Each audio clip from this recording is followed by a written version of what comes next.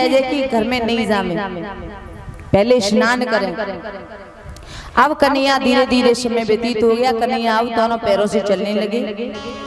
मैया ने एक दिन पीताम्बरी पहनाई है स्नान कराने के बाद में, और मालाएं पहनाई है, और माथे पे मोर पंख को लगा दिया है, मोर मुकुट लगा दिया है, कमर में करदनी बांध दी है, नूपुर बांध दी है, और श्याम की उंगली पकड़ करके उन्हें चलाने के लिए ले जा रही हैं बाहर, थोड़ा टहलाने के लिए कि अच्छी तरह से चलना सीख जाए। अभी तक अच्छी तरह से चलना नहीं आता था, थोड़ा थोड़ा चल पाते थे। तो मैया दोनों हाथों से उंगली पकड़े हुए हैं और उन्हें चलाना सिखा रही हैं। और तभी मेरे गोविंद ने मैया के दोनों हाथ छोड़ दिए और भैया ये तो नाचने लगे। जब नाचने लगे ठुमका मार के, तो मैया ने देखो, हे भगवान जी नाचना कब सीख गए हो? और मैया बड़े भाव से गाने लगी है ताली बजा करके। तो मेरे छोटे से सांवरे नाच रहे हैं, आप भी गाएं मीठी मीठी तालियों के साथ में कि छमो छमो नाच दिखावे रे मेरो प्यारो समरिया, छम छम नाच दिखावे रे मेरो प्यारो समरिया, छमो छमो नाच दिखावे रे मेरो प्यारो समरिया, ओ छम छम नाच दिखावे रे मेरो प्यारो समरिया, प्यारो समरिया मेरो बारो समरिया, प्यारो समरिया मेरो बारो समरिया, प्यारो समरिया मेरो बारो समरिया, प्यारो समरिया मेरो बारो समरिया, छम छम नाच दिखावे रे मेरो प्यारो समरिया, ओ छम छम नाच दिखावे रे मेरो प्यारो समरिया। और भाव से ताली के साथ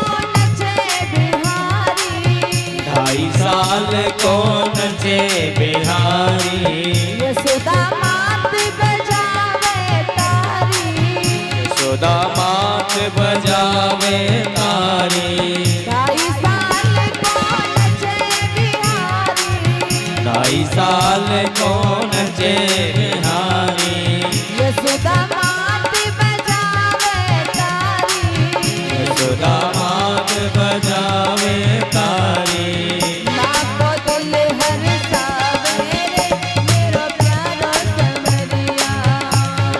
नाच नचावे रे मेरो प्यारो समरिया। और भाव से मीठी मीठी ताली के साथ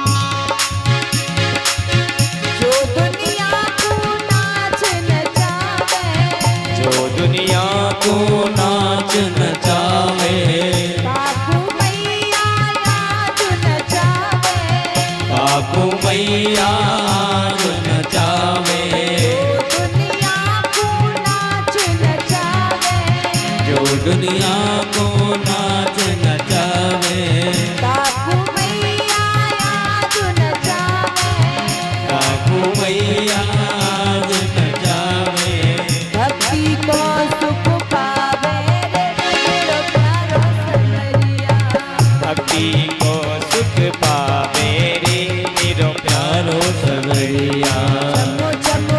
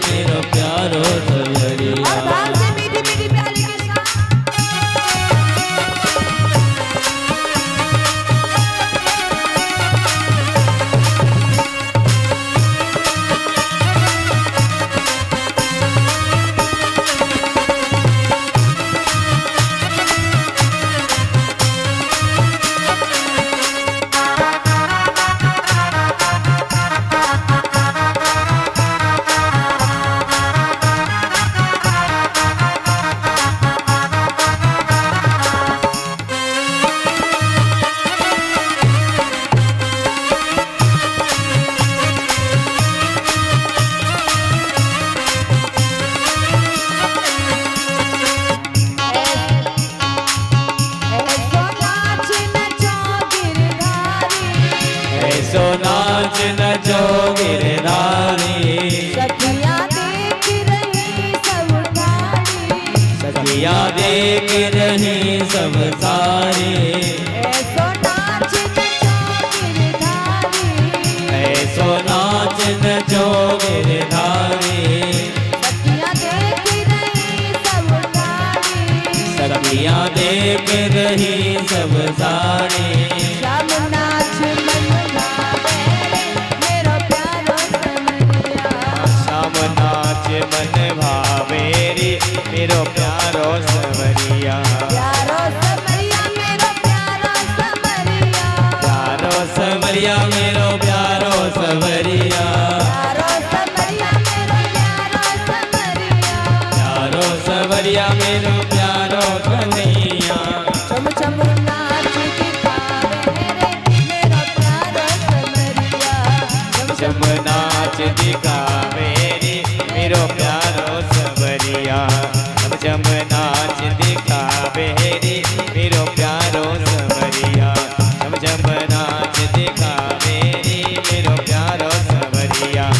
चम नाच दिखावे रे मेरो प्यारो सवरिया। चम नाच दिखावे रे मेरो प्यारो सवरिया। वृंदावन बिहारी लाल की जय। कृष्ण कन्हैया लाल की जय। राधे रानी सरकार की जय। जय श्री राधे। जय जय श्री राधे। इधर श्री सुखदेव समझाने लगे हे राजन, आज देखो साक्षात ब्रह्म को,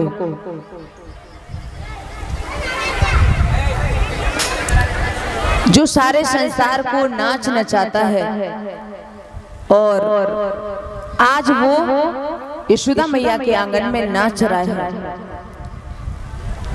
सारा संसार जिसके इशारे पे नाचता है वो यशोदा मैया की गोद में है। जिसके इशारे पर पूरी सृष्टि नाचती है वो यशोदा मैया के इशारे पे नाच रहा है। श्री सुखदेव जी बताते हैं, कि शेष महेश गणेश दिनेश सुरेश हो जाहि निरंतर ध्यान ताहे अखंड अनंत अनादि अचित अवेद सुवेद बतावे। नारद से सुख व्यास रहे पछहारी को पुण्य पार न पावे। ताहे अहीर की छोहरिया छचिया भर छाछ पे नाच नचावे। तो भैया आपका हृदय ही एक सुंदर मंदिर है। अपने हृदय रूपी मंदिर में प्रभु को नचाइए। अगर भाव से गाएंगे तो वो नाचेगा। भाव के दर्शन करें। यशोदा के लाला को कोई चीज अच्छी नहीं लगती है।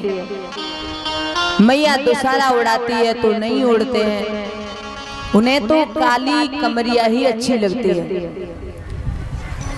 तो यशोदा मैया के आंगन में वो ब्रह्म नाच रहा है। और जब ऐसा दृश्य देखा तो एक गोपी है जिसका नाम है श्रुतरूपा।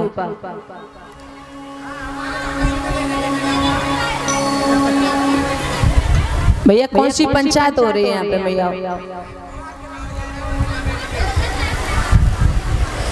है गई भैया? पूरी है गई? और बाकी हो तो कर लो।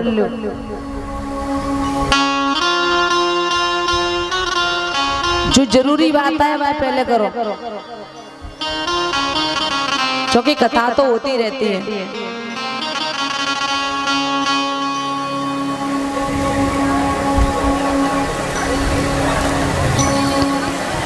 बोली वृंदावन वृंदावन बिहारी लाल की।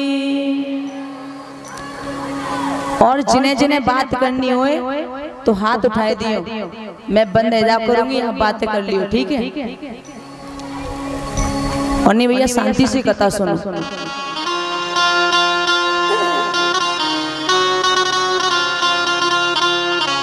एक साथ में दो कामों तो अच्छे नहीं होते हैं।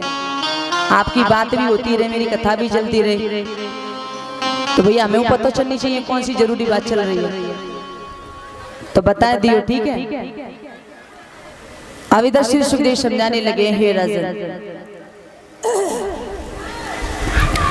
एक गोपी है श्रुतरूपा गोपी, उसने ये दृश्य देखा कि यशोदा मैया के आंगन में वो ब्रह्म नाच रहा है।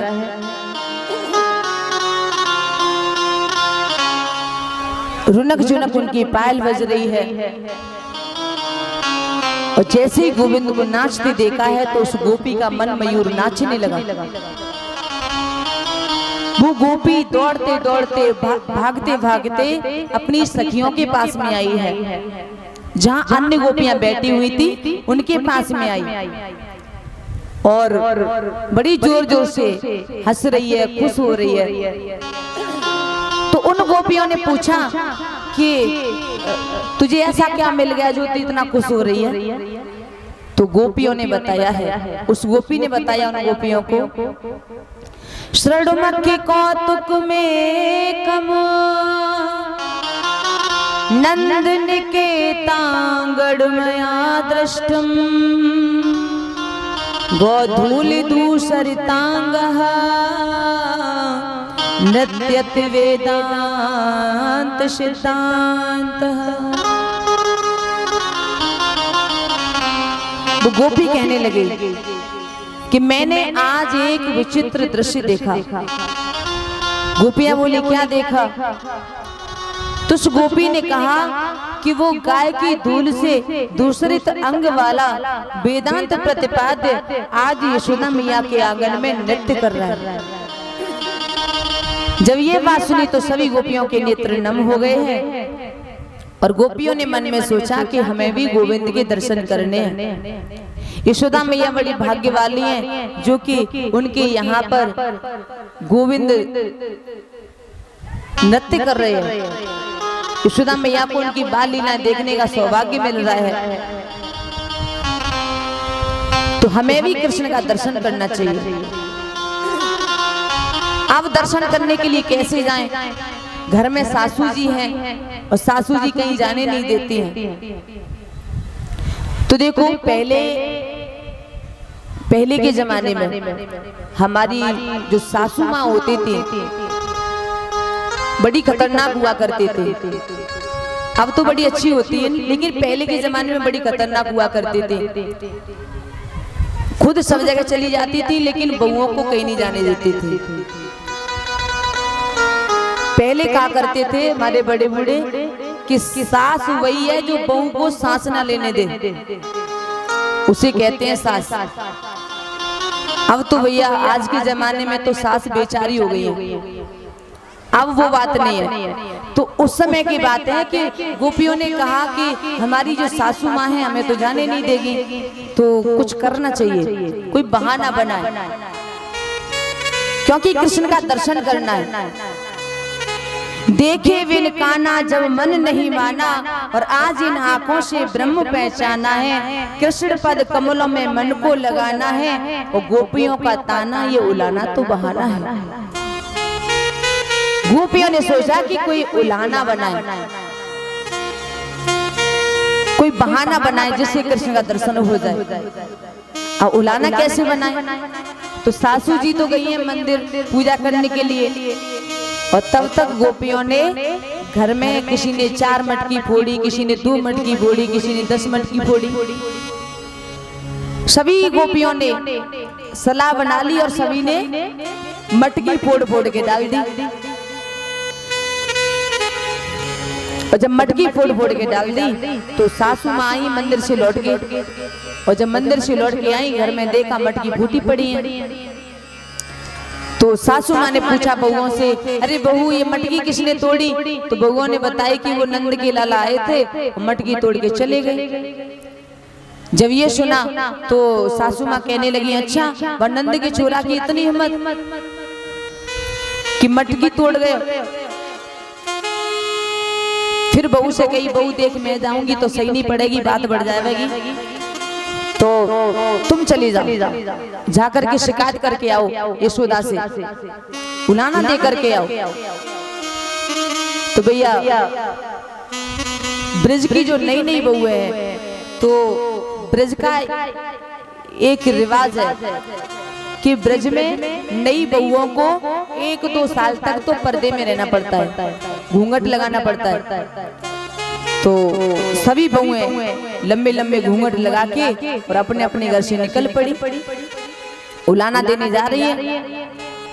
इधर यशोदा मैया पूजा कर रही थी और तभी पूजा करने के बाद जब वो बाहर निकल के आई, उन्होंने खिड़की से देखा कि ब्रज की जितनी गोकुल गांव की नई नई बहुएं हैं वो सब उनके घर की ओर चली आ रही हैं।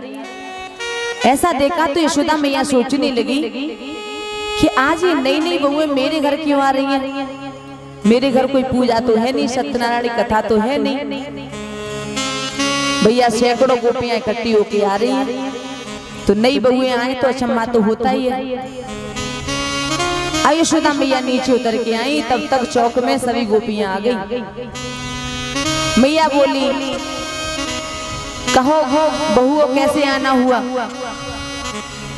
तो एक बहू ने कही कि मैया ये बताओ लाला कहाँ है तुम्हारे? मैया ने कही मेरे लाला ने कोई उधम करो है। गोपी बोली पहले लाला को बुलाओ। जब गोपी ने कही कि पहले लाला को बुलाओ तो मैया ने आवाज लगाई कन्हैया के लिए, और मैया की आवाज सुनी तो मेरे गोविंद बाहर निकल के आए हैं। श्री सुखदेव जी बताने लगे, हे राजन एक बार इस दृश्य का आप दर्शन कीजिए। बाहर निकल करके आए मेरे गोपाल, और जैसे ही नई नई बहुओं को देखा तो समझ गए कि आज मामला गड़बड़ है। अब ये शिकायत करेंगी, और शिकायत करेंगी तो मैया मुझे मारेगी। मैया ने लाला के सिर पे हाथ रखो, और श्याम मैया के बगल में खड़े हैं और थरथर कांप रहे हैं। मैया पूछने लगी, बताओ मेरे लाला ने उधम मचायो है? तो गोपियां आज उलाना देने लगी हैं, कहने लगी मैया गजब का उलाना दिया है। श्री सुखदेव जी बताते हैं, वत्सान मुंचन क्वचित समय क्रोश संजात हासः स्तेयं साध्यन्त्यतः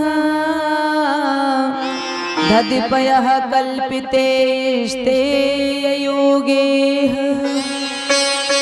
मर्कान् भोचन् विवजात सा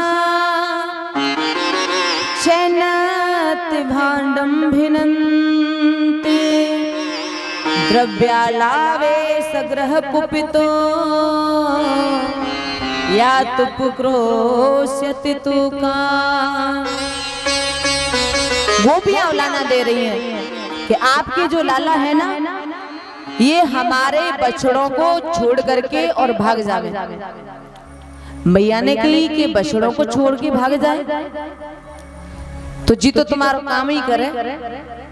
गोपियां कहने लगी, नहीं मैया, इनको जब पता लग जाए कि गाय दुबे को समय है, बात है 1 घंटा पहले जो हमारे बछड़ों को छोड़ के भाग जाए, बछड़ा दूध पी ले और 1 बूंद भी दूध हमें नहीं मिले। बताओ मैया। मैया बोली, सुनो, यदि ऐसा ऊधम लाला कियो करे तो तुम आंखों ने डांट दियो करो। अगर आंख दिखा के डांट दोगी तो ये उदम नहीं करेगा।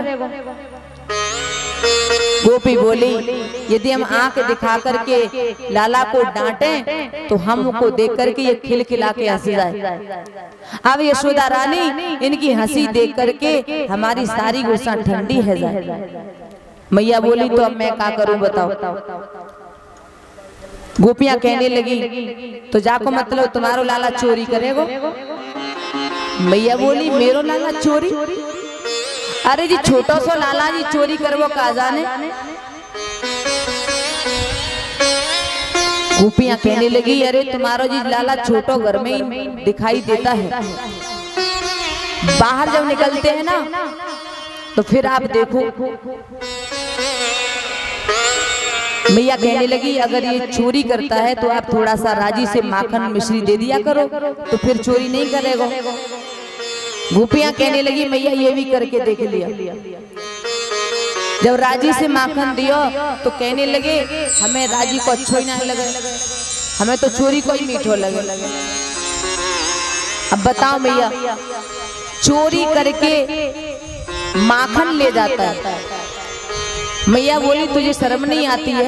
अरे मेरा छोटो सा लाला कितना माखन खाओ होगा, ज्यादा से ज्यादा 200 ग्राम, तो बाकी बदले को माखन ले जा, 50 मटकी माखन ले जा। गोपी कहने लगी मैया ये खुद खाए तो कोई बात नहीं है, ये तो खुद भी खाते हैं, नीचे ग्वाल मंडली ऊपर बंदर मंडली, खुद खाते हैं, ग्वालों को खिलाते हैं और बंदरों को लुटाते हैं। ये सुना तो मैया कहने लगी अच्छा। और जैसी श्याम की तरफ देखा तो श्याम तो भैया पल्लू पकड़ के और थर-थर कांप रहे हैं। गोपी कह रही है कि मैया चोरी करने के बाद मटकी सलामत छोड़ दे तो ठीक है, ये तो मटकी भी फोड़ देता है।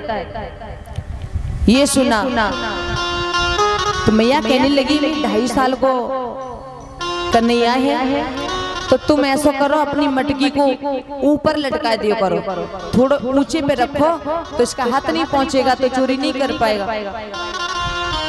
गोपी कहने लगी मैया ये भी करके देख लिया, अगर मटकी थोड़ा ऊंचे पे लटका दो तो नीचे ऊपर रख लेते हैं और मटकी तक पहुंच जाते हैं, नीचे सकाओं को खड़ा कर लेते हैं, खुद उनके ऊपर खड़े हो जाते हैं और फिर मटकी तक पहुंच जाते हैं। एक बार तो हमने पीपल के पेड़ पे मटकी लटका दी तो मैया कहीं से ये 20 हाथ लंबा बांस ले आए और मटकी को नीचे से फोड़ा और नंबर बाई नंबर सब पी गई। जब ये सुना तो गोपी से यशोदा मैया कहने लगी कि इतना छोटो सो लाला इतनी अकल है जामे। गोपी कहने लगी अकल की तो तुम बात ही मत पूछो मैया,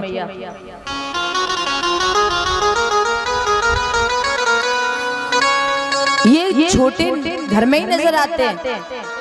एक बार की बात सुनो मैया, इसमें बुद्धि कितनी है। परसों मेरे पति को जन्मदिन हो तो मैंने अपने पति के जन्मदिन पे बड़े अच्छे अच्छे भोजन बनाए, 56 भोग बनाए और आपके लाला आए पाटा पे बैठ गए और कहने लगे भाभी मेरा भोग लगाओ। मैंने कही लाला सत्यनारायण की कथा होनी है तो पहले ठाकुर जी को भोग लगेगा और तब तुम्हें मिलेगा। तो बस मुंह फुला के खड़े हो गए कि हमसे बड़ो ठाकुर जी कौन है। मैंने कही नहीं अभी नहीं मिलेगा, पहले ठाकुर जी को भोग लगेगा फिर पंडित जी भोग लगाएंगे और तब मिलेगा, बाकी बात तुम्हें प्रसाद मिल जाएगा। तो भैया मैंने थोड़े डांट दिए तो झट से पाटा से उठ के खड़े हो गए और कह के गए भाभी होएगी सो देखी जाएगी, आज तो तुम्हें ही देखना है। और चले गए नाराज होकर के। तो जन्मदिन की खुशी में मैंने अपने पति को बड़े प्यारे प्यारे भोजन बनाए, पति को भोजन कराया, मैंने भी किया और हम दोनों आराम से सो गए। जब हम सो गए तो रात्रि के समय पता नहीं ये कहां से आए और मेरे पति की दाढ़ी और मेरी चोटी दोनों को बांध के निकल गए। अब रात्रि को हम उठे, मेरे पति को प्यास लगी तो वो पानी पीने के लिए उठे तो उनकी दाढ़ी खींचे, मेरी चोटी खींचे। वे कह रहे कि तुम क्या कर रही हो, मैं कहूँ कि तुम क्या कर रहे हो। फिर दिया जला के देखो तो भैया उनकी दाढ़ी मेरी चोटी से बंधी, बड़ी मुश्किल से मैंने दाढ़ी खोल पाई मैया। जब ये देखो तो मैया कहने लगी हे भगवान, इतना छोटा सा छोरा और ऐसे ऐसे बड़े काम करे। एक गोपी कहने लगी, अरे मैया मेरे घर भी एक दिन सत्यनारायण की कथा आई, तो मैं पनीरी भूंज रही थी, ठाकुर जी के भोग के लिए बाल भोग बना रही थी, तो दौड़ते हुए आए, हमने सत्यनारायण के लिए एक सिंहासन बनाया, तो ये खिड़की से झांक करके कहने लगे कि भाभी जी तुम्हारे सत्यनारायण आ गए हैं, जाकर के दर्शन कर लो। और जब मैं सत्यनारायण के सिंहासन के पास में गई तो देखा कि कुतिया के पिल्ला बैठे हुए हैं, ऐसा ऐसा उदम करे। मैया ने कही, बारिश हो रहा, तू इतना छोटा सा इतनी बड़ी बड़ी लोग पागल बनावे, बता ये सही कह रही है? मैया ने डांट करके कन्हैया को पूछा, तू बता ये गोपी जो कह रही है क्या सच कह रही है? और जैसे ही सुना तो आज मेरे भगवान थरथर कांपने लगे हैं। श्री सुखदेव जी बताने लगे हैं, राजन यशोदा मैया ने गोविंद का कान पकड़ लिया है और कहा तू जो जो बड़ा हो तो जाए वैसा ही उद्यमी हो तो जाए। बता ये गोपियां सही बोल रही हैं? तभी मेरे गोविंद आज कहने लगे हैं, मैया इन गोपिन की बात में तू मत आवे। क्यों? आज भगवान कन्हैया कहने लगे हैं, इनको पतियारों करे मैं तस्कर ये साह, चोर नाम मेरो धरो मेरो होन न देगी ब्याह। ये गोपियां बड़ी चालू है मैया, तू इनकी बातन में आ जाए। मैया यशोदा के सामने भगवान कृष्ण अपनी सफाई प्रस्तुत करते हैं। मैया कान पकड़े हुए खड़ी है। सुखदेव जी कहते हैं, परीक्षित इस दृश्य को देखो, क्या ब्रह्मा में ये ताकत है कि वो ब्रह्म का कान पकड़ सके? आज यशोदा मैया कान पकड़ रही है और मेरे ठाकुर जी थरथर कांप रहे हैं। मैया ने कही, तू जो जो बड़ा हो तो जाए वैसा ही उद्यमी हो तो जाए, वैसे ही बिगड़ तो जाए। अरे चोरी करने की तो क्या जरूरत है? 9 लाख गाय नंद बाबा के नित नयो माखन हुए, क्यों चोरी करता है? कन्हैया बोले, मेरी बात तो सुन मैया,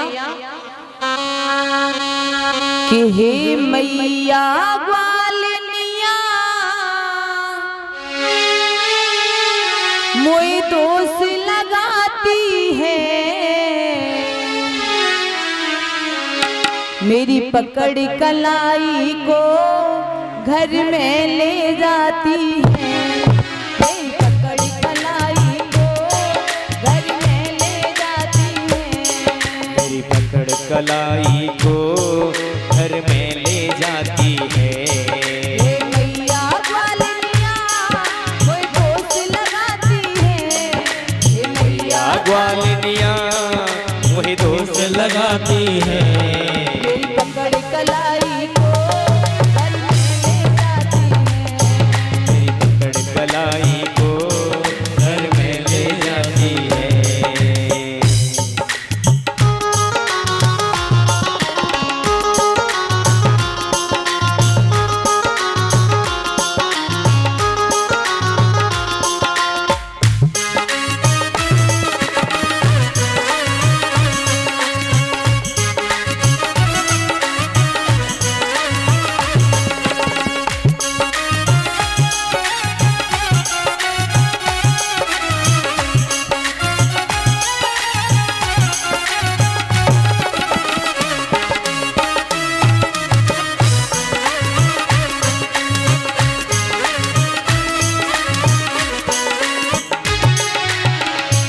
श्याम ने कहा कि मैया ये गोपियां मुझे बिना बात दोष लगाती है। अरे मैं इनके घर पे थोड़े ही जाता हूँ, जैसे ही गली में से निकलूं ये मेरा हाथ पकड़ के जबरदस्ती घर में ले जाते हैं और घर में बंद कर देती हैं। और सुन मैया, ये सब ही ग्वालिनियां एक टोरी है जावे, ये सबरी ग्वालिनिया एक ठोरी है जावे, ये सब ही ग्वालिनियां एक टोरी है जावे, है जावे। फिर चौका बर्तन माँ ये मोसे करवावे। फिर चौका बर्तन माँ ये मोसे करवावे। फिर चौका बर्तन माँ ये मोसे करवावे। फिर चौका बर्तन माँ मोसे करवावे। फिर पलगट से मैया, फिर पलगट से मैया पानी भरवाती है। मेरी पकड़ कलाई को घर में ले जाती है। मेरी पकड़ कलाई को घर में ले जाती है। मेरी पकड़ कलाई को घर में ले जाती है।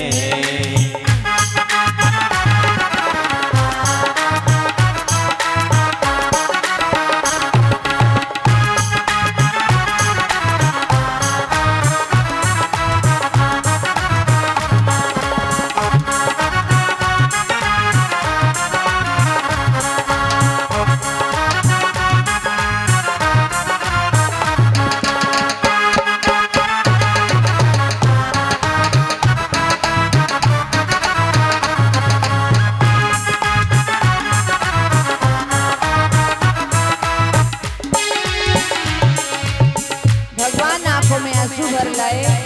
कहा ये गोपियां सभी इकट्ठी हो जाती है, मेरी कलाई पकड़ के घर में ले जाती हैं, चौका बर्तन करवाती हैं, हाथ में लोटा देके पानी भरवाती हैं।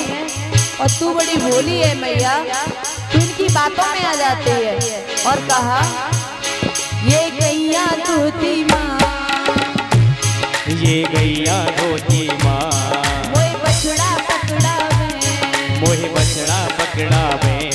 ये गैया धोती माँ, ये गैया धोती माँ मोए बछड़ा पकड़ावे। मोहे बछड़ा पकड़ावे। मैं माखन मांगू तो ये मोसे नचवावे। मैं माखन मांगू तो ये मोसे नचवावे। मैं माखन मांगू तो ये मोसे नचवावे। मैं माखन मांगू तो ये मोसे नचवावे। सब गुलचा गालन में, गुरचा गालन में मेरे खूब लगाती है। मेरी पकड़ कलाई को घर में ले जाती है। मेरी पकड़ कलाई को संग में ले जाती है। हे मैया ग्वालिनिया, मैया ग्वालिनिया वो दोष लगाती है। मेरी पकड़ कलाई को घर में ले जाती है। मेरी पकड़ कलाई को घर में ले जाती है। पकड़ कलाई को घर में ले जाती है। ओ मेरी पकड़ कलाई को घर में ले जाती है। मेरी पकड़ कलाई को घर में ले जाती है। मेरी पकड़ कलाई को घर में ले जाती है। गालन मांगू तो गालन में जोर जोर से गुलचा लगाती है।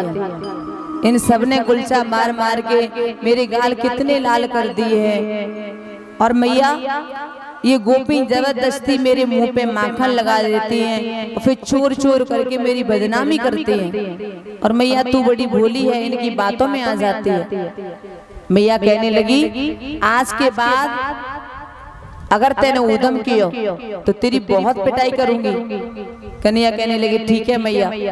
तो देखो मेरे कन्हैया ऐसी ऐसी लीलाएं कर रहे हैं। बोली वृंदावन बिहारी लाल की जय हो। श्री सुखदेव समझाने लगे हैं राजन, ऐसी ठाकुर जी की आगे लीला बढ़ रही है। एक दिन एकदा क्रीड़ा मानस्ते रामाध्या गोपदारिका कृष्णो मृदम भक्षित वानिति मात्रे निवेदयन्।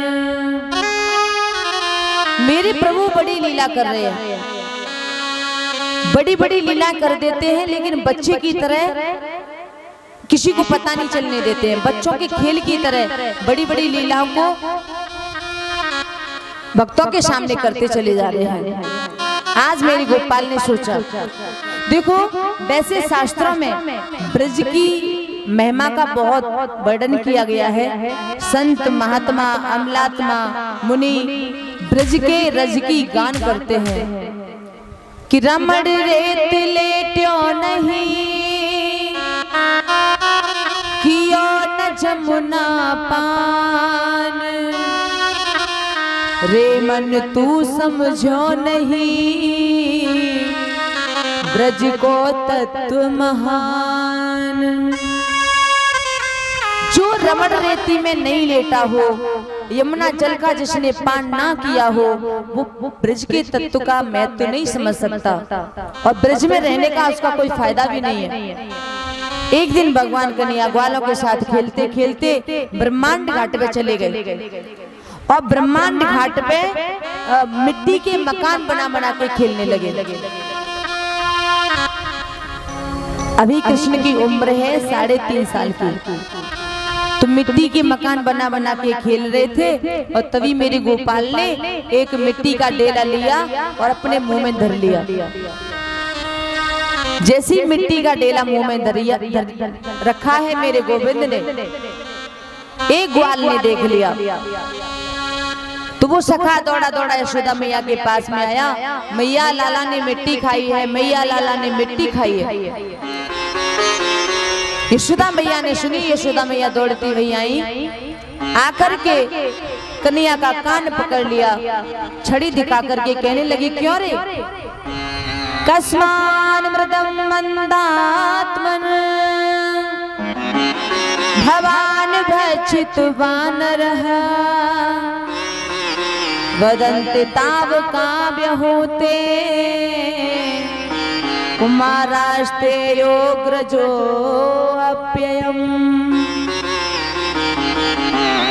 माता यशोदा कृष्ण से कहती है, क्यों रे अन्नात्मा, क्यों रे मरकट बंधु, क्यों रे बंदरों के यार, तूने मिट्टी खाई है? तेरे सखा कह रहे हैं कि तूने मिट्टी खाई है। तभी भगवान कन्हैया कहने लगे हैं कि मैया ये झूठ बोल रहे हैं, अरे मैंने मिट्टी थोड़ी खाई है। मैया ने तो क्या खाया है? तो श्री सुखदेव जी महाराज वर्णन करते हैं, भगवान कन्हैया कहने लगे, ना हम भक्षित वांडम सर्वे मिथ्या विसंसिनः, यदि सत्य गिरस्त रहे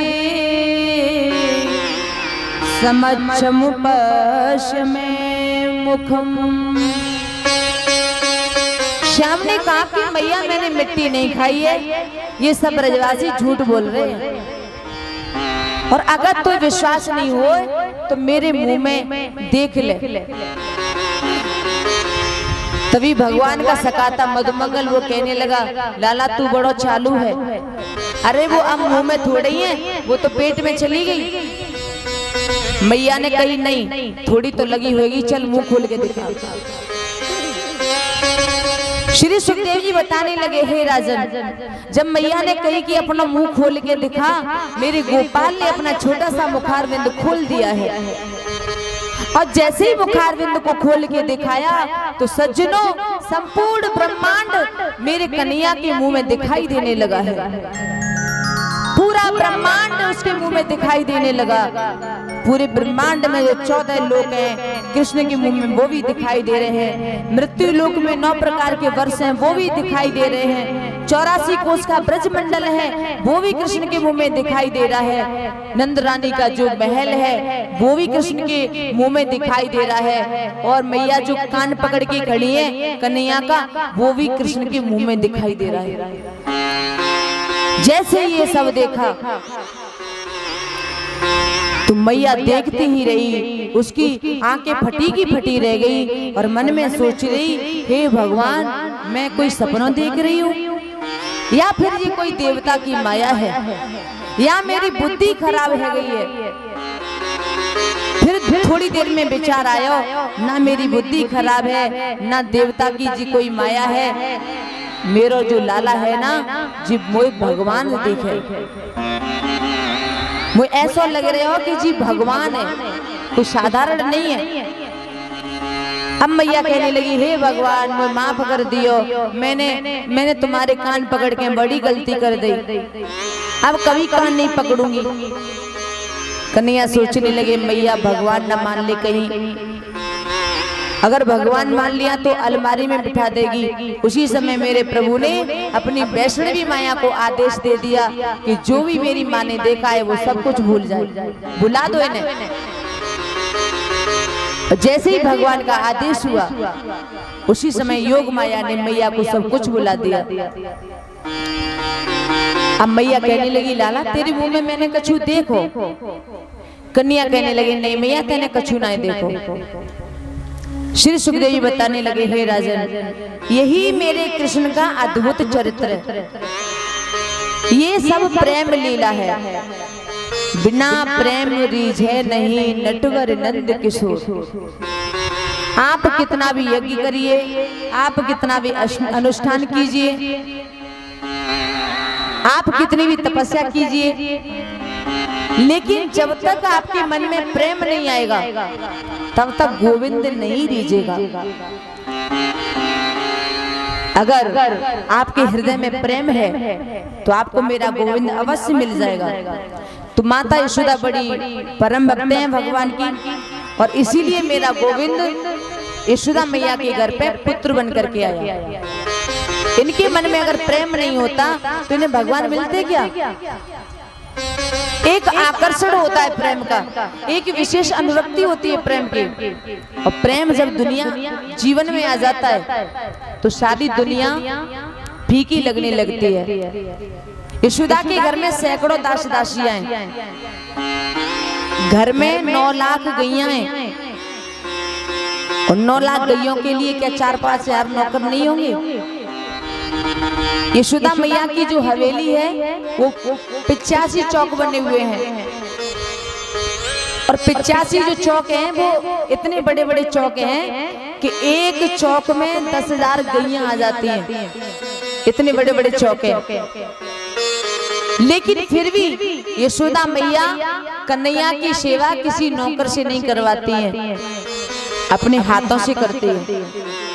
मेरे कन्हैया जिस माखन को खाते हैं तो यशोदा मैया उस माखन को अपने हाथों से निकालती हैं।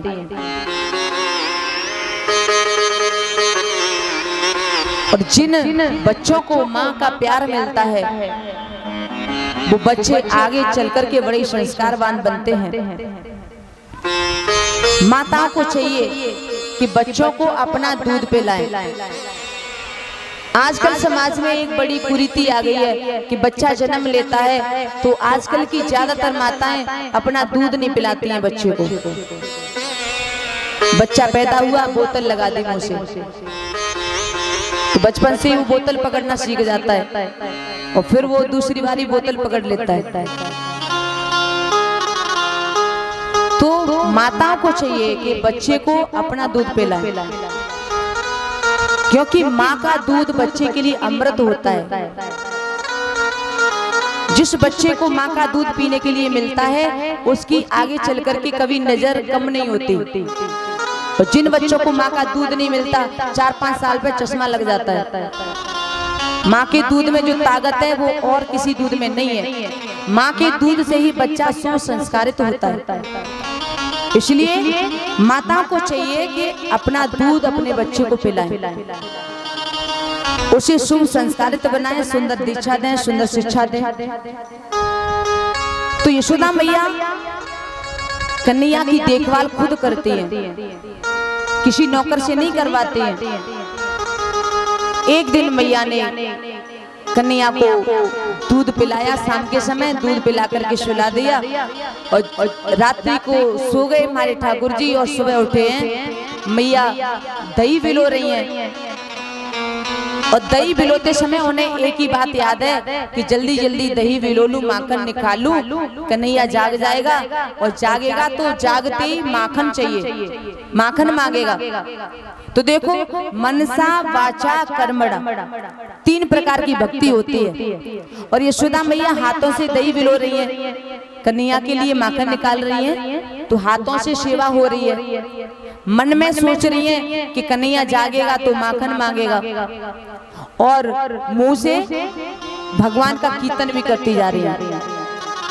तो मनसा बाचा कर्मड़ा तीनों को लगा दिया है गोविंद की सेवा में। माता श्याम का गुणगान करती जा रही है, हाथ की सेवा से लाला के लिए माखन निकाल रही है। इधर मेरे ठाकुर जी सोए हुए थे तो अचानक उनकी आंख खुल गई, और जैसे ही आंख खुली है तो रात्रि के समय मैया आंखों में काजल लगा देती है। आंखें खुली तो दोनों हाथों से उन्होंने अपनी आंखों को मल लिया, और जब आंखों को मल लिया तो भैया जगन्नाथ जी जैसी आंखें हो गई हैं, आधे गाल पर काजल लग गया, और जल्दी जल्दी उठ करके और मैया के पास आने लगे, और मैया के पास आकर के खड़े हो गए। मैया दही बिलो रही है। मैया कहने लगी, ओहो आ गई तुम। कन्हैया ने कही, मैया बड़ी जोर से भूख लगी है, माखन दे दो। मैया बोली, लाला अभी तो माखन निकलना है, पहले मुंह धो ले, ज्यादा भूख लगी है तो रात्रि का माखन रखा है वो मटकी में, तो उसमें से थोड़ा सा माखन ले ले, मिश्री मिला के खा ले। श्याम ने कही, नहीं रात्रि को नहीं चाहिए, जाई मटकी में से चाहिए और अभी चाहिए। मैया कहने लगी, अभी निकलो ही ना है तो कहां से दे दूं। कन्हैया बोले, नहीं मैया अभी चाहिए। मैया समझ गई इसे भूख भूख तो कुछ भी नहीं लगी, बस बच्चों की मन की जो बात है, मन में जो आ जाए वही करते हैं। मैया ने कन्हैया को गोद में लिया और कहा कि लाला देख वो ऊपर का है, चंदा को दिखाने लगी, देख ऊपर का है चंदा, चंदा मामा है जे। कन्हैया ने देखा चंदा, और जैसे ही चंदा को देखा तो भैया माखन तो भूल गए, अब कहने लगे हमें तो चंदा चाहिए, हम चंदा लेंगे। मैया कहने लगी, गोदी में से उतार दिया कि लगोरा चंदा चाहिए, चंदा चाहिए, तब तक मैं माखन निकाल लूंगी। मैया ने दही बिलोना शुरू किया। भगवान कन्हैया जाकर के रई को पकड़ के खड़े हो गए और कहने लगे, ए बुढ़िया मैया तू चंदा देगी कि नहीं देगी। मैया ने कही, ना दे रही, बोल क्या करेगो। कन्हैया कहने लगी, मैया तो चंदा देना पड़ेगा। क्रोध के मारे मेरे कन्हैया ने दांतों से अपने नीचे वाला ओठ दबा लिया है। बड़ी प्यारी छवि लग रही है। यशोदा मैया कहने लगी, चल तू हट यहाँ से, सुबह से चंदा लेंगे, चंदा लेंगे। तभी अलग हटके कमर पे हाथ रख करके खड़े हो गए। ए बुढ़िया मैया चंदा देगी कि नहीं देगी। मैया कहने लगी कि नहीं दे रही, बोल क्या करेगो। तो आज मेरे कन्हैया मैया से कहने लगे हैं कि मैया में तो चंद्र खिलौना ले हो, मैया में तो चंद्र खिलौना ले हो, मैया में तो चंद्र खिलौना ले हो, मैया में तो चंद्र खिलौना ले हो।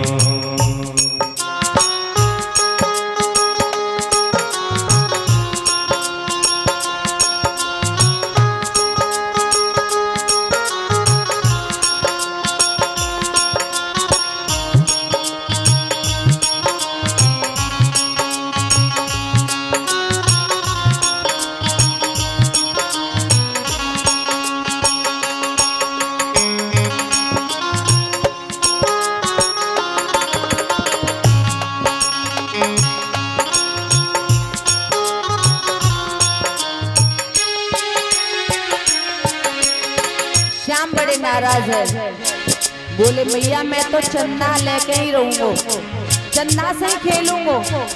और जय हो लेती धरती पे अब, जय हो लेती धरती पे अब, जय हो लेती धरती पे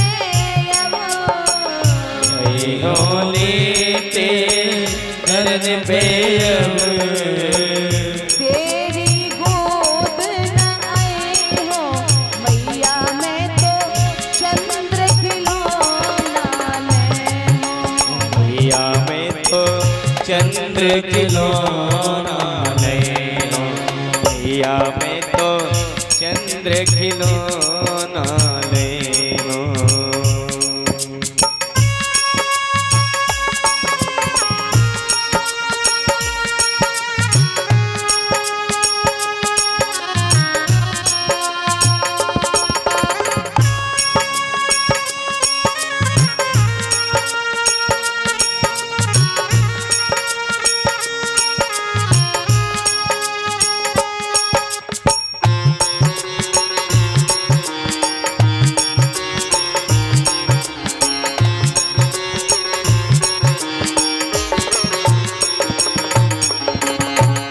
यदि तुमने चंदा नहीं दिया माँ तो जमीन पर लेट जाऊंगा, शरीर में बालू लगाऊंगा, तुम्हारी गोद में तो बिल्कुल नहीं आऊंगा। मैया बोली दारी के मत आ तू मेरी गोद में, पर मैं चंदा नहीं दे रही। तू नहीं आवेगा तो बलराम को गोद में ले लूंगी, पर तू चंदा नहीं दे रही। कन्हैया कहने सोचने लगे ये धमकी काम नहीं आ रही है, अब दूसरी धमकी देनी पड़ेगी। अब कन्हैया कहने लगे सुरवी को पान न करे हो, सुरभि को पान न करे हो, सुरवी को पान न करे हो, सुरभि को पान न करे हो, बेड़ी सिर न गुहे हो, मैया मैं तो चंद्र खिलौना नैनो। मैया मैं तो चंद्र खिलौना नैनो, मैया मैं तो चंद्र खिलौना नैनो, मैया मैं तो चंद्र खिलौना नैनो, मैया मैं तो चंद्र खिलौना नैनो, मैया मैं तो चंद्र खिलौना नैनो, मैया मैं तो चंद्र खिलौना नैनो।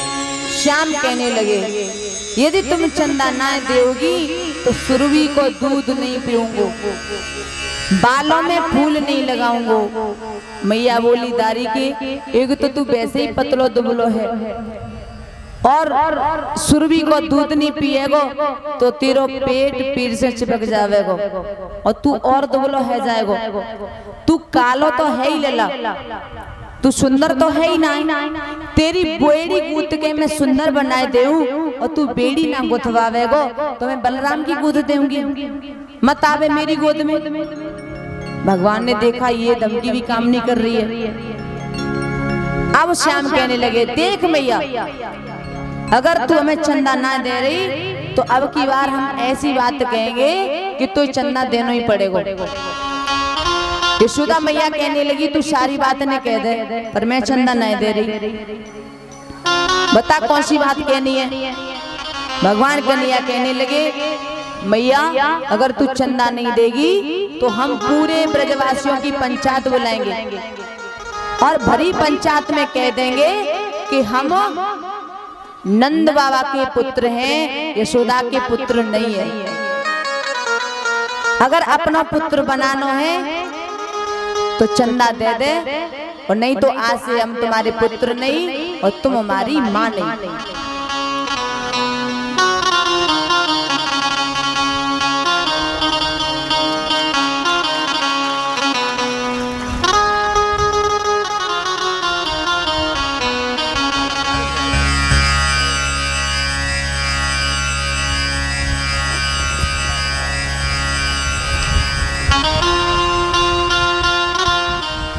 भगवान कन्हैया ने कहा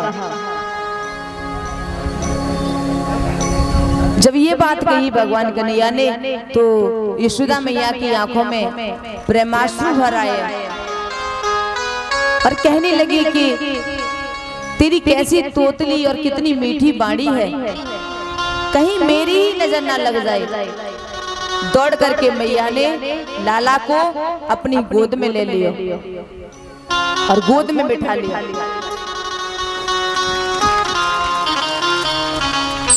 अंक में भर लिया। और यशोदा मैया कहने लगी कन्हैया से गोद में बिठा करके कि लाला तू ये चन्ना छोड़, मैं तो से एक बात कह रही हूं। कन्हैया ने कही कहो मैया। यशोदा मैया कहने लगी देख तू ऐसे नाराज मत हो कर, माखन से भी कोमल चंदा से भी सुंदर तेरे लिए मैं एक बहू लेकर के आऊंगी। और जैसे ही बहू का नाम सुना अब कन्हैया कहने लगे अब तो हमें बहू चाहिए, अब बहू ला करके दो। यशोदा मैया हंसने लगी, कहने लगी कि अभी मुंह धोए की अकल नहीं है और बहू चाहिए। कन्हैया कहने लगे नहीं मैया अब तो बहू ला के दे।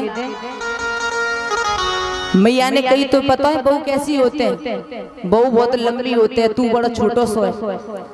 कन्हैया बोले देख मैया हम छोटे हैं तो हमें बहू छोटी चाहिए, बड़ी नहीं चाहिए। मैया ने कही कितनी छोटी चाहिए? कन्हैया कहने लगे इतनी छोटी चाहिए कि जब हम गैया चरावे जाओ करें तो जेब में रख के ले जाओ करें, इतनी छोटी बहू ला के दे। मैया समझ गई कि ये गुड़िया की बात कर रहा है, तो यशोदा मैया अंदर गई है और एक गुड़िया बना करके लाई है और कन्हैया के हाथों में दे दी। उस गुड़िया को देख करके बस मगन हो गए, खेलने लगे। और कन्हैया जब मान गए हैं तो अब मैया ने कन्हैया को गोद में बिठाया और उन्हें दुग्ध पान कराने लगी हैं, बातें करती जा रही हैं। बड़ा आनंद आ रहा है मैया को। तब तक एक गोपी आई दौड़ती हुई और कहने लगी अरे मैया तुम लाला से बातें करने में लगी हो और तुम्हारे चूल्हे पे जो दूध रखो वो उफन गयो। जैसे ही मैया ने सुनी कि दूध उफन गयो तो मैया ने कन्हैया को गोद से नीचे उतार दियो और कहने लगी हे भगवान सुबह से कहूँ चंदा मांगे कहूँ बहू मांगे मुझे तो परेशान करके रख दियो है। और यशोदा मैया ने कन्हैया को नीचे उतारा और दौड़ती हुई गई हैं दूध को बचाने के लिए। जैसे ही मैया ने गोदी से उतार दिया कन्हैया को तो आज मेरे गोपाल को बड़ा गुस्सा आया, बहुत क्रोध आया। उस समय की झांकी देखो श्याम की। संजाति को पहाई सुभृतारूढ़ा धर्म संदस्य ददिवदद मंतु भाजन मिन्त्वामसा सुदृश दस्मनारहो गधास है दडवंतरम गतः। श्री सुखदेव जी महाराज कहते हैं जब मैया ने लाला को गोद से नीचे उतार दियो तो कन्हैया को बड़ा गुस्सा आई, क्रोध आया। दोनों ओठ फड़कने लगे हैं क्रोध के मारे। नीचे वाले ओठ को कन्हैया ने दांतों से दबा लिया है। श्वेत रंग के दो दांत निकल रहे हैं, बड़े सुंदर लग रहे हैं। और कन्हैया कहने लगे अच्छा जब मैया को दूध प्यारो है पूत प्यारो ना है, आज देखूं जा मैया को। और गुस्सा में आए के उन्होंने देखा पास में ही एक लोड़ा रखा हुआ था, पत्थर रखा हुआ था, तो उसे उठाया और जिस मटकी में वो दही भिगो रही थी उसी मटकी में धड़ाम से वो पत्थर मार दिया।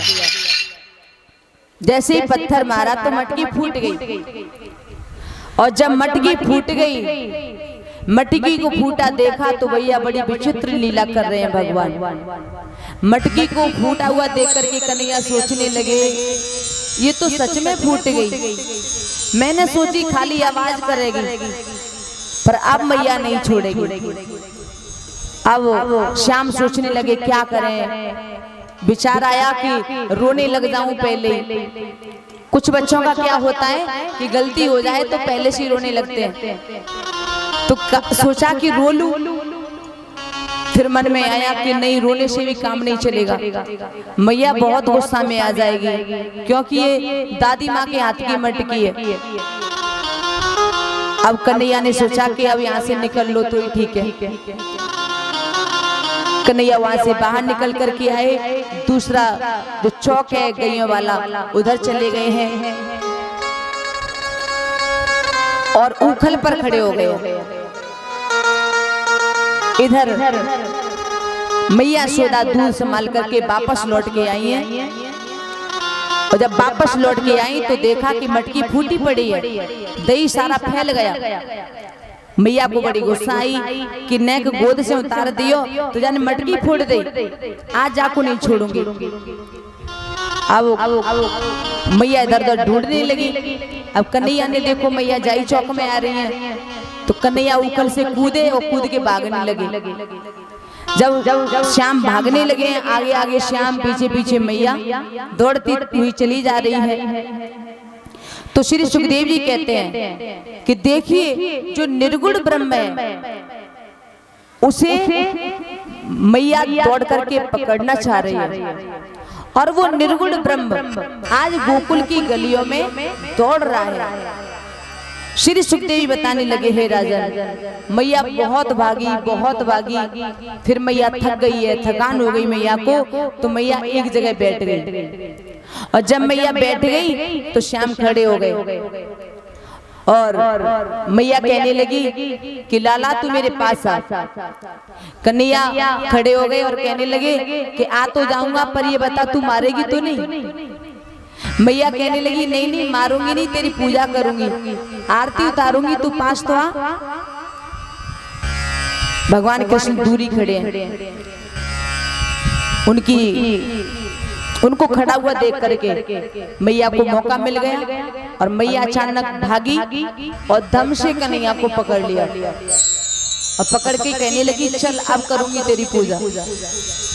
अंदर लेकर के गई और कहने लगी कि तूने जरा सी बात में मेरी मटकी फोड़ दी, तू बंदरन को माखन खिलावे, तू कितना ऊतम मचावे, मेरे दादी सासू के हाथ की मटकी फोड़ दे, आज मैं तुझे छोड़ूंगी नहीं।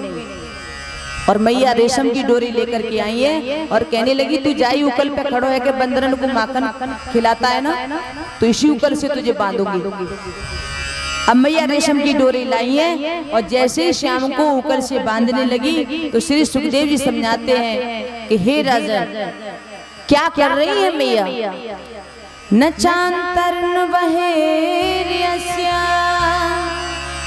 पूर्वम नापि चापरम पूर्वा परम बहिश्चांत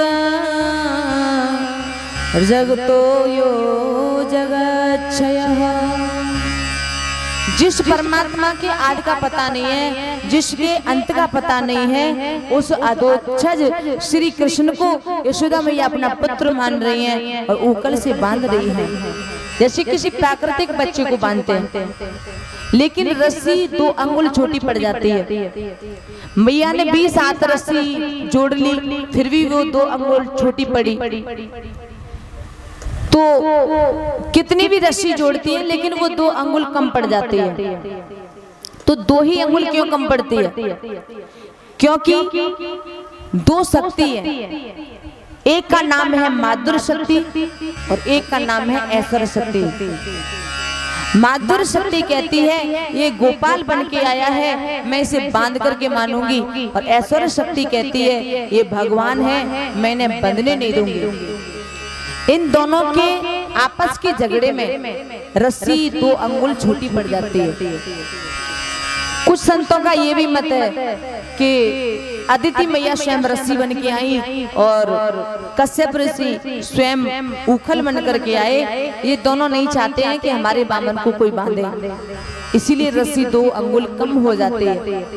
आगे क्षमातु स्वेन गात्राया विस्रस्तकवर सृजः दृष्ट्वा परिश्रम कृष्ण कृपयायसी तु सुबंधने। श्याम ने अपनी माँ को देखा कि मैया ज्यादा परेशान हो गई है, परिश्रमित हो गई है, तो कृपा करके स्वयं ही बंध गए। अब श्याम को बांध करके मैया अपने कार्य में लग गई। इधर श्याम ने सोचा कि मुझे बांध करके मैया तो अपने कार्य में लग गई, वैसे मुझे कौन बांध सकता है। अब मैया चली जाती है तो जिसका यशोदा मैया जैसा वात्सल्य हो वहीं पे प्रभु बन जाते हैं। तो ये भी एक गोविंद का उद्देश्य था, उस उकल से बंध जाना।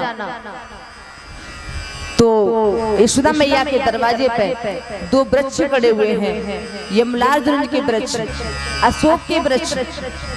तो ये दोनों हैं कुबेर के पुत्र। नारद जी के श्राप के कारण ये दोनों जड़ वृक्ष हो गए थे। तो नारद जी ने ही उन्हें बताया था कि परमात्मा के स्पर्श से तुम्हारा कल्याण होगा। तो अब भगवान कृष्ण घुटमन घुटमन चलने लगे हैं और दोनों वृक्षों के बीच में से होकर के निकले।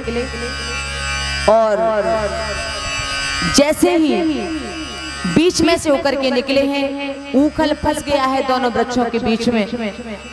भगवान ने एक झटका दिया तो उसी समय दोनों वृक्ष टूट जाते हैं, गिर पड़ते हैं। तो उसमें से दो महापुरुष निकले।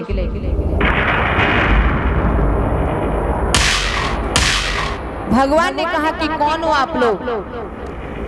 तो दोनों हाथ जोड़ के खड़े हो गए हैं और कहा कि प्रभु हम कुबेर के पुत्र हैं।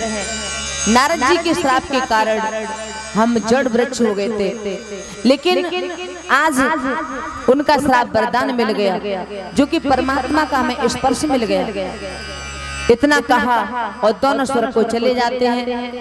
इधर जब वृक्ष गिरने की आवाज आती है तो सभी ब्रजवासी दौड़ते दौड़ते पहुंचे, देखा कि दोनों वृक्ष गिरे हुए हैं और ठाकुर जी वहां पे विराजमान हैं। मैया ने दौड़ करके लाला को गोद में ले लियो और बोली, हे भगवान तेरी लग तो नहीं गई? अब मैया अपने आप को कोसने लगी, मेरे हाथन में आग क्यों नहीं लगी, मैंने अपने लला बांध दियो। ये तो नारायण की कृपा ही कि जी बच गए। मैया ने लाला को अंक में भर लिया है और फिर बाबा नंद ने बहुत डांट लगाई। तो नारद का श्राप पूरा करने के लिए मेरे प्रभु ने ये लीला की। श्री सुखदेव जी बताने लगे, हे राजन अब रोज रोज कोई न कोई अनिष्ट हो जाता है, कोई न कोई राक्षस आ जाता है। तो ऐसा हाल देखा तो नंद बाबा ने सोचा कि ये जगह कन्हैया के लिए सुरक्षित नहीं है, इसलिए हमें जगह बदलनी चाहिए।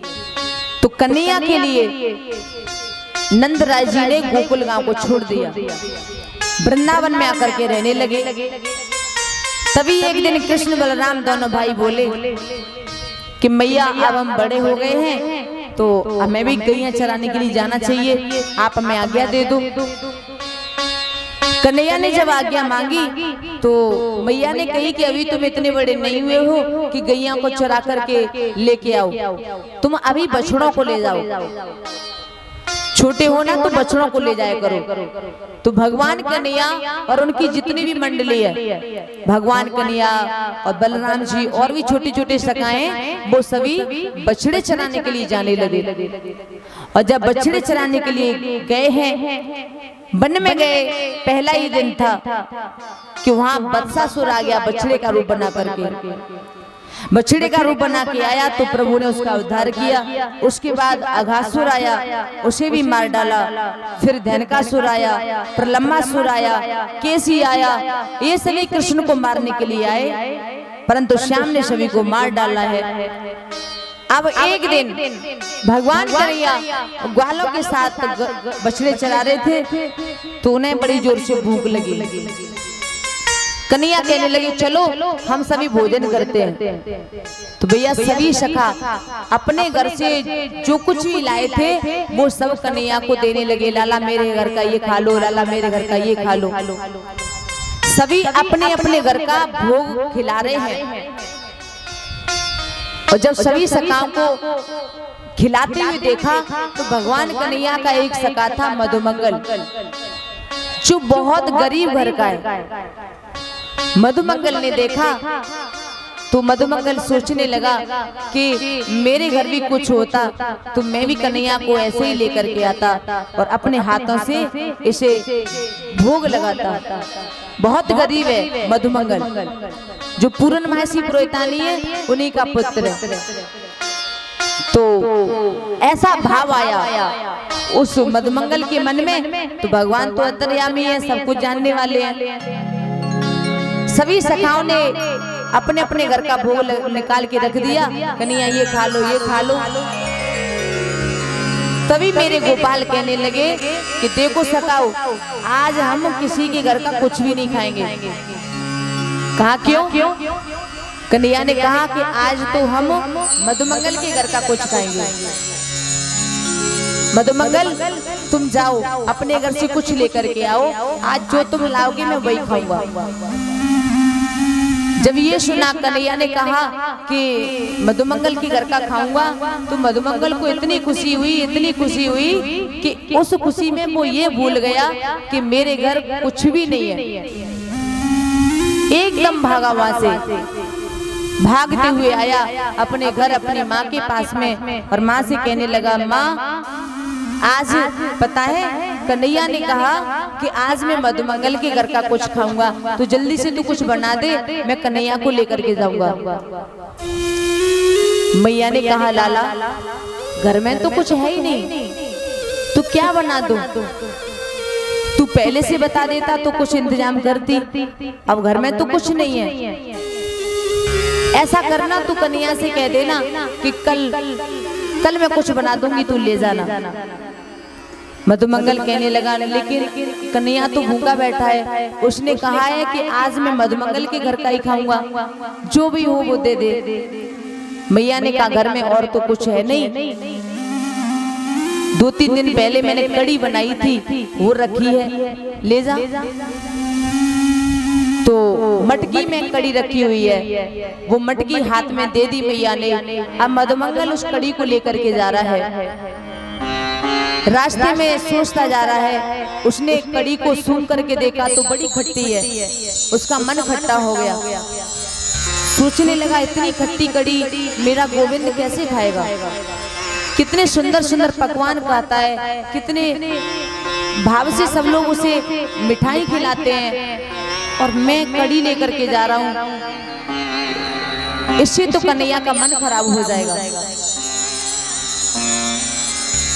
मधुमंगल ऐसा सोचता हुआ जा रहा था। चलता चलता वहां पहुंच गया कि कन्हैया थोड़ी दूर रह गए। सभी ग्वाल बैठे हैं, कन्हैया बैठे हुए हैं, और कन्हैया को पीछे से देखा तो मधुमंगल वहीं के खड़ा का खड़ा रह गया। सोचने लगा, अब उसने मन में सोचा कि चाहे कुछ भी हो जाए, ये खट्टी कड़ी तो मैं कन्हैया को खिलाऊंगा ही नहीं। फिर सोचा क्या करूं, इसे फेंक दूं। फिर मन में आया कि अन्न को फेंकना नहीं चाहिए। फिर कहा छुपा दूं, तो कहा अगर छुपा दूंगा तो कन्हैया कैसे भी ढूंढ लेगा। मधुमंगल ने सोचा कि ना छुपाता हूँ ना फेंकता हूँ, इस कड़ी को लाओ मैं खुद ही पी जाता हूँ। तो मटकी को मुंह से लगाया और कड़ी को पीने लगा है। जल्दी जल्दी कड़ी को पी रहा है, तो आधी फैलती जा रही है, आधी मुंह में अंदर जा रही है। इधर ग्वालों की नजर पड़ गई। ग्वालों ने कन्हैया से कहा, हे कन्हैया देख पीछे क्या हो रहा है। कन्हैया ने देखा तो मधुमंगल मटकी को मुंह से लगाए और कड़ी को पीता जा रहा है। सारा मुंह लिसा हुआ है, कपड़े भी गंदे होते जा रहे हैं। कन्हैया ने आवाज लगाई, अरे मधुमंगल क्या कर रहे हो? तब तक उसने सारी कड़ी को पी लिया और मटकी को फेंक दिया। कन्हैया भागते हुए आए, मधुमंगल क्या किया ये तुमने? मधुमंगल कहने लगा, लाला वो कड़ी बहुत खट्टी थी, पहली बार तो तूने कुछ मांगा, और अगर वो कड़ी तू खाता तो तेरा मन खराब हो जाता। तू अच्छे अच्छे भोजन करता है, और इसीलिए मैंने वो कड़ी पी ली। अब तू चिंता मत कर, कल मैं मैया से कह दिया है, वो कुछ अच्छा सा बना देगी, मैं तुझे खिला दूंगा। भगवान कन्हैया कहने लगी, लेकिन मेरा तो प्रण है कि आज मैं तेरे घर का खाऊंगा। मधुमंगल कहने लगा, अब है ही नहीं तो कहां से खा लेगा? भगवान ने कहा कि मेरे लिए तो है। मधुमंगल कहने लगा, कहाँ है? तो भैया सारा मुंह लिसा हुआ था। मेरे गोविंद आगे बढ़े हैं और उसका मुंह चाटने लगे हैं। और जब मुंह से कड़ी चाटने लगे तो सभी ग्वाल आनंदित होने लगे। और ब्रह्मा जी ने जब ये दृश्य देखा तो ब्रह्मा जी के मन में शंका आ गई कि कैसा ब्रह्म है जो एक साधारण व्यक्ति के, साधारण इंसान का मुंह चाट रहा है। ये ब्रह्म नहीं हो सकता। शायद हमसे कोई गलती हो गई, जन्म के समय हम स्तुति करने गए थे तो हमसे कोई ना कोई गलती हो गई है, ये ब्रह्म नहीं हो सकता, ये ब्रह्म का काम नहीं है। ब्रह्मा जी ने सोचा कि अब इनकी परीक्षा ली जानी चाहिए। ब्रह्मा जी चले ब्रह्मलोक से और वृंदावन में आए, और जो बछड़े चल रहे थे भगवान के, वो बछड़े ब्रह्मा जी ने चुरा लिए। जब बछड़े चुरा लिए, ग्वालों ने देखा कि बछड़े कहीं नजर नहीं आ रहे हैं, तो कन्हैया ने कहा तुम यहीं रुको, मैं देख करके आता हूँ बछड़े कहाँ हैं। भगवान कन्हैया बछड़ों को देखने के लिए गए, तब तक ब्रह्मा जी ने ग्वालों को भी चुरा लिया और ग्वालों को चुरा करके ले गए हैं। भगवान कन्हैया को बछड़े कहीं नजर नहीं आए, लौट के वापस आए तो ग्वाल भी नहीं है। भगवान कन्हैया सोचने लगे आखिर ये ग्वाल गए कहाँ, बछड़े गए कहाँ। प्रभु ने तभी थोड़ा ध्यान करके देखा तो ब्रह्मा जी का ये काम निकला, ब्रह्मा जी चुरा के ले गए हैं। योग सैया पर ब्रह्मलोक में सबको सुला दिया, जहाँ पे काल का असर नहीं होता। तो अब कृष्ण भगवान सोचने लगे हैं कि ये ब्रह्मा जी हमसे चालाकी कर रहे हैं, ये भूल गया है कि ये अपने बाप से चालाकी कर रहा है, ये सब नाटक ब्रह्मा का है, मेरे साथ ब्रह्मा जी चालाकी कर रहे हैं। तो अब भगवान ने क्या किया, श्री सुखदेव जी बताते हैं, यावास पवास काल्प कवपुर्यावत करार्धादिकम् यावद यष्टि विषाणिरेणो दलसिग यावद भांबरम् यावच्छील गुणा विद्या कृतिवयो यावद विहारादिकम् सर्व विष्णुमयं गिरो अर्वद स्वरूपो भवो। जितने बछड़ों को ब्रह्मा जी ने चुराया, उतने बछड़े प्रभु ने प्रकट कर दिए हैं। जितने ग्वालों को ब्रह्मा जी ने चुराया, उतने ग्वालों को प्रभु ने अपने शरीर से प्रकट कर दिया है। जैसी जिसकी आकृति है, जैसा जिसका सील है, जैसा जिसका स्वभाव है, बिल्कुल वैसा ही बना दिया। हर ग्वाल के रूप में भगवान कृष्ण हैं। जितने ग्वाल हैं उतना रूप रख लिया है मेरे सरकार ने। श्री सुखदेव जी बताते हैं, राजा नित्य प्रति गाय चराने के लिए जाते हैं भगवान, और नित्य प्रति लौट करके आते हैं। इसका एक सुंदर सा भाव है। एक बार गौशाला में यशोदा मैया गाय दो रही थी, तो भगवान कन्हैया तब घुटवन घुटवन चलते थे, तो घुटवन घुटवन चल करके भगवान कन्हैया पहुंचे। यशोदा मैया गाय का दूध दो रही थी, तो भगवान कन्हैया गए और जबरन मैया की गोद में चढ़ करके और माँ का दूध पीने लगे। जब माँ का दूध पीने लगे तो वो गैया इस दृश्य को देख रही थी। उस गाय के मन में ऐसा भाव आया कि जैसे यशोदा का दुग्ध पान करते हैं कन्हैया, क्या मेरा भी दुग्ध पान करेंगे? तो उन गायों की अभिलाषा 1.5 वर्ष के कन्हैया ने पहचान ली थी, और उन्होंने वचन दिया था कि एक दिन वो भी आएगा कि मैं तुम्हारा बछड़ा बन करके तुम्हारा दुग्ध पान करूंगा। एक दिन यशोदा मैया के आंगन में कन्हैया नृत्य कर रहे थे, तो वृद्धा माताओं ने देखा। उनके मन में ये भाव आया कि काश कृष्ण हमारे भी पुत्र होते और हमारे घर में ऐसे ही लीलाएं करते, हमें सुख प्रदान करते। तो उन वृद्धा गोपियों की आकांक्षा को समझ लिया और कहा कि एक समय वो भी आएगा कि मैं आपका बालक बन करके आपको भी सुख प्रदान करूंगा। आजकल वही हो रहा है। जितने ग्वाल हैं उतने कृष्ण हैं, जितने बछड़ा हैं वो भी कृष्ण हैं। नित्य व्रत बछड़ा चराने जाते हैं, वापस लौट के आते हैं। ये नाटक 1 वर्ष तक चलता रहा। अब 1 वर्ष तक श्री कृष्ण इस रूप में रहे और 1 वर्ष तक जब ये नाटक चलता रहा तो एक दिन दाऊ जी महाराज ने देख लिया, बलदाऊ जी ने देख लिया। बलदाऊ जी ने देखा कि पहले जितना ये गैया अपने बछड़ों को प्यार नहीं करती थी उतना अब करते हैं। ब्रज की गोपियां जो वृद्धा माता हैं वो अपने बच्चों से अब जितना आनंदित रहती है उतना पहले नहीं रहती थी। उन्होंने ध्यान धर के देखा तो भैया बछड़ा भी कृष्ण है और ग्वाल भी कृष्ण है।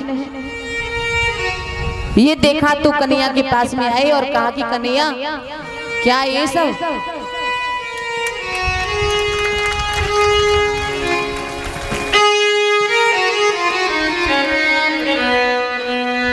ये सब क्या है? तो कन्हैया ने सारी बात बताई। कहा ये ब्रह्मा जी ने चालाकी की है इसलिए करना पड़ रहा है। दाऊ जी महाराज ने कहा ठीक है कोई बात नहीं। श्री सुखदेव जी बताने लगे, हे राजन, ब्रह्मा जी ने देखा कि अब मैं देखता हूं कि ये ग्वाला क्या कर रहा है। उन्होंने ब्रह्मलोक से देखा कि तू भैया नीचे भी ग्वाल भी हैं और बछड़े भी हैं। ब्रह्मा जी सोचने लगे वहां ग्वाल बछड़े कहां से आए? अपने यहाँ पर देखा तो वहां भी ग्वाल हैं बछड़े भी हैं। ब्रह्मा जी ने सोचा कि लाओ थोड़ा पास जाकर के देखो ये लीला क्या है। ब्रह्मा जी आए खोज करने के लिए। तो ऐसा प्रसंग आता है कि ब्रह्मा जी खोज करने आए। उन्होंने सोचा कि दूर से शायद सही से ही दिखाई नहीं दे रहा हो। तो ब्रह्मा जी वृंदावन में आए जानकारी करने के लिए। और जब ब्रह्मा जी वृंदावन में आए तो उसी समय मेरे कन्हैया ब्रह्मा जी बनकर के ब्रह्मलोक में पहुंचे। और जो ब्रह्मा जी का आसन था उस पे जाकर के बैठ गए। वही 4 सिर 4 भुजाएं कमल के फूल पर बैठ गए। इधर ब्रह्मा जी ने देखा तो ग्वाला भी है बछड़े भी है, ज्यों के त्यों हैं सभी। इधर भगवान ब्रह्मा जी बन के पहुंच गए और उन्होंने द्वारपालों से कह दिया कि अरे द्वारपालों, हमारे ब्रह्मांड में एक नकली ब्रह्मा आ गया, तो अगर वो यहाँ पर आए तो उसे अंदर मत आने देना। द्वारपालों ने कहा जो आ गया प्रभु। श्री सुखदेव जी बताने लगे, हे राजन, इधर ब्रह्मा जी ने वृंदावन में सब कुछ देखा और वापस लौट करके वो ब्रह्मलोक में पहुंचे। जब ब्रह्मलोक में पहुंचे अंदर जाने लगे तो द्वारपालों ने रोक दिया कि रुको, कहां जा रहे हो? ब्रह्मा जी ने कहा कहां जा रहे हो? ये मेरा ही तो लोक है, मैं ब्रह्मा हूं, पहचाना नहीं? तुम्हारा मालिक हूं, इस ब्रह्मांड का मालिक विधाता। तभी द्वारपाल कहने लगे कि अरे हमारे विधाता तो भीतर बैठे हैं और तुम हमारे दूसरे विधाता कहां से आ गए? एक ब्रह्मांड का एक ही मालिक होता है, चलो बाहर। ब्रह्मा जी कहने लगे तुम्हारा दिमाग तो ठीक है, अरे मैं ब्रह्मा हूं। द्वारपाल ने कहा तुम ब्रह्मा हो तो अंदर बैठे वो कौन है? ब्रह्मा जी ने कहा अंदर बैठे हैं। कहा हाँ, हमारे प्रभु अंदर बैठे हैं।